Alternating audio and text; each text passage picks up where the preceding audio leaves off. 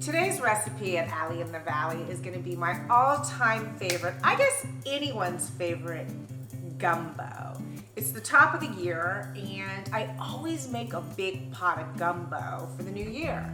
And you know, I put it on my blog a couple times, but today I'm doing it for the show. Gumbo is not, you don't make it very quickly. It's a longer process how to make it. And we really start with the roux. What is roux? Roux is the foundation of gumbo, and you have to make it right to get the consistency. Roux is flour and oil. And putting the flour and oil together and cooking it slowly gives it that dark brown, it gives you the foundation. So we're gonna start there. It takes time. That's about 15 or 20 minutes to get it right. And I'm gonna start with the roux and then we'll go from there. So let's get started on gumbo for top of the year.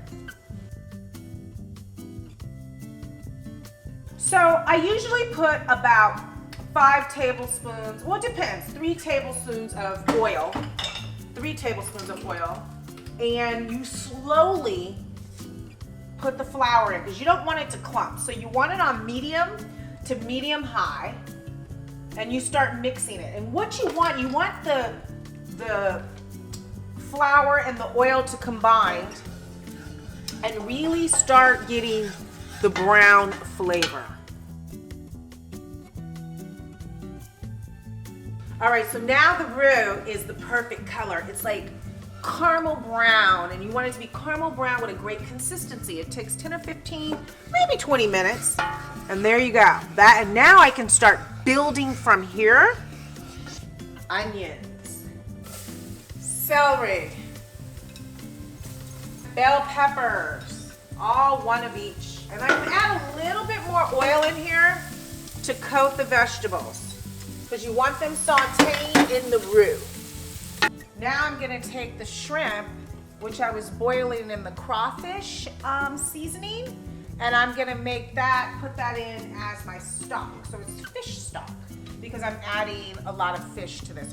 Oysters, crab legs, shrimp into my gumbo. So let me take the seasoning package I used out. And now I'm going to take all the juice that was boiled with the shrimp and just pour it right into the gumbo. Slowly. Now, the stock of the gumbo is starting to form. I'm gonna pour a little bit more in there. And I'm also gonna pour, not everybody does this, I'm gonna put clam juice. After I added the stock, the fish stock, the shrimp stock, I'm adding 2 bay leaves, a tablespoon of Worcestershire sauce, a dash of hot sauce, and some salt and some pepper, and I'm gonna bring it up to a boil. So now I'm gonna start building all my ingredients in there. This is the fun part, yummy part. I just eat a sausage so good.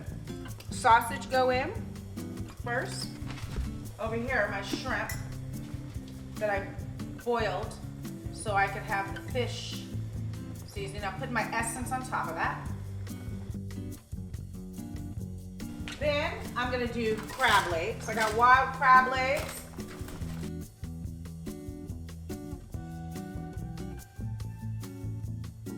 Oysters and their juice.